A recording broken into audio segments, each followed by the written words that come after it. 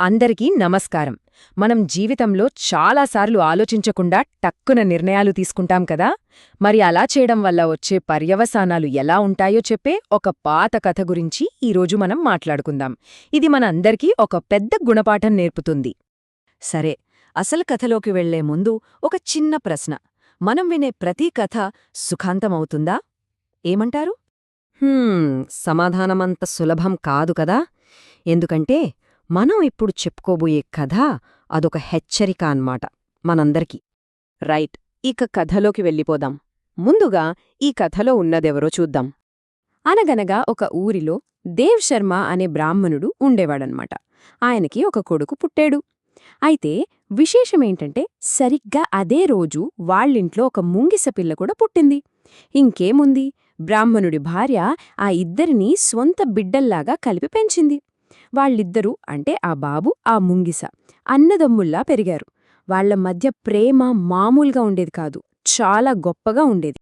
అంత ఇంత హాయిగా ప్రశాంతంగా సాగిపోతుంటే విధి ఊరుకుంటుందా? లేదు కదా.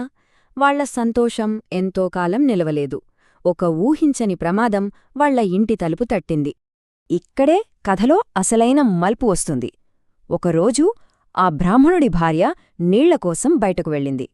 వెళ్తూ ఉయ్యాలలో నిద్రపోతున్న తన బాబుకి కాపలాగా ఆ ముంగిసను ఉంచి వెళ్ళింది. సరిగ్గా అప్పుడే ఇంట్లోకి ఒక పాము చొరబడింది. దాని లక్ష్యం ఒక్కటే, ఉయ్యాలలో ఉన్న పసిబిడ్డ. ఆ పాముని చూడగానే ఆ చిన్న ముంగిసకి రక్తం మరిగిపోయింది. అది తన యజమానులకి ఎంత విశ్వాసపాత్రమైందంటే ఒక్క క్షణం కూడా ఆలోచించలేదు. తన అన్నయ్యలాంటి ఆ బాబుని కాపాడుకోడానికి వెంటనే ఆ పాము మీదికి దూకింది. భయంకరంగా పోరాడి దాన్ని ముక్కలు ముక్కలుగా చీల్చేసింది. అద్భుతం! ముంగిస గెలిచింది. బాబు బతికాడు. కథ సుఖాంతం అనుకుంటున్నారా? అక్కడే ఉంది అసలు ట్విస్ట్. అసలు విషాదం మొదలైంది ఇక్కడ, ఆ పాముతో పోరాటంలో కాదు, ఆ తరువాత జరిగిన ఒకే ఒక్క అపర్ధంలో.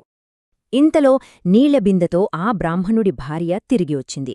ఇంటి గుమ్మం దగ్గరికి రాగానే తనకి స్వాగతం చెప్పడానికి ఆ ముంగిస పరుగెత్తుకుంటూ వచ్చింది. కాని దాని నోరంతా రక్తంతో తడిసి ఉంది. ఆ దృశ్యం చూడగానే ఆమె గుండె ఆగిపోయినంత పనైంది. తన మనసులో ఒక భయంకరమైన ఆలోచన మెదిలింది. అంతే, చూసారా, ఇక్కడే మనకి అసలు విషయం అర్థమవుతుంది. ఆ తల్లి దృష్టిలో ఆ ముంగిస ఎలా కనిపించింది? నోటినిండా రక్తంతో ఉన్న ఒక హంతకుడిలా, తన బిడ్డను చంపేసిన ఒక దుర్మార్గుడిలా. కాని అసలు నిజమేంటి? అది ఒక వీర రక్షకుడు, తన బిడ్డ ప్రాణాలను కాపాడిన హీరో. చూసే చూపుకి జరిగిన నిజానికి మధ్య ఎంత తేడా ఉందో కదా. ఆ అపార్థం, ఆ క్షణికావేశం వెనక్కి తీసుకోలేని ఒక దారుణమైన పని చేయడానికి ఆమెను పురిగొల్పింది. భయం, కోపం కలిస్తే ఎంత ప్రమాదమో కదా. ఆమెంకేమీ ఆలోచించలేదు.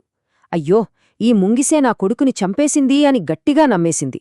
చేతిలో ఉన్న నిండు నీళ్లకుండని బలంగా దానిమీదకి విసిరికొట్టింది. అంతే, పాపం ఆ ముంగిస అక్కడికక్కడే ప్రాణాలు విడిచింది. కోపం చల్లారిందో లేదో ఏడుస్తూనే ఇంట్లోకి పరిగెత్తింది.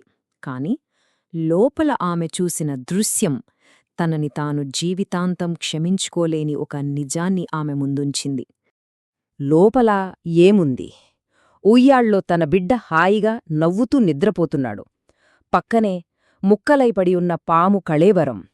అప్పుడర్థమైందామెకి అసలేం జరిగిందో. తన బిడ్డను కాపాడింది ఆ ముంగిసే అని. తాను ఎంత పెద్ద తప్పు చేసిందో తెలిసివచ్చి గుండెలవిసేలా ఏడ్చింది. ఈ కథ నుంచి మనం నేర్చుకోవాల్సిన నీతిని ఒకే ఒక్క వాక్యంలో చాలా అద్భుతంగా చెప్పారు. ఇదే తరతరాలుగా మన పెద్దలు చెప్తున్న మాటే. బినా విచారే జో కరే సో పాచే పచ్తాయే.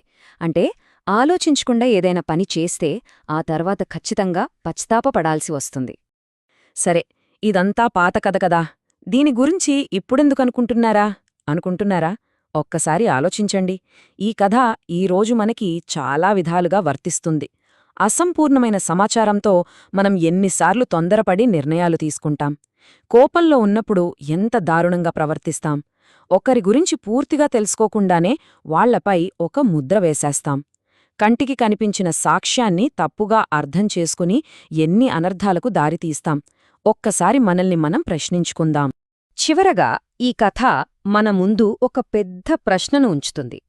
మన జీవితంలో కూడా ఇలాంటి ముంగిసలు ఉండే ఉంటాయేమో. అంటే మనం పైపైన చూసి అపార్థం చేసుకుంటున్నవాళ్లు. అది ఒక వ్యక్తి కావచ్చు, ఒక పరిస్థితి కావచ్చు, లేదా మన ముందుకు వచ్చిన ఒక అవకాశం కూడా కావచ్చు. ఒక్క క్షణం ఆగి ఆలోచిస్తే బహుశా మన జీవితంలోని ఎన్నో విషాదాలను ఆపగలమేమో. ఏమంటారు?